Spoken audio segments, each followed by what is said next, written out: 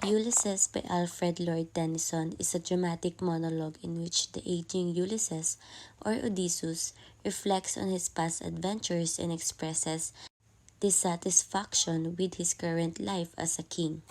He yearns for the excitement of exploration, feeling that his soul is restless and unsatisfied by domestic life.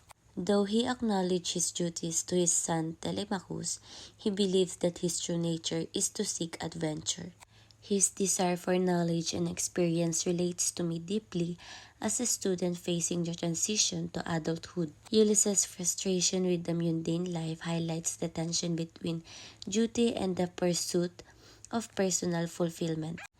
As I approach to my fourth year in college, I often feel a similar urge to break free from stress sometimes and prepare myself.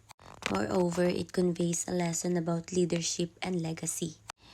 Ulysses acknowledges that life is fleeting but insists on pursuing greatness until the end, inspiring us to remain courageous and resilient.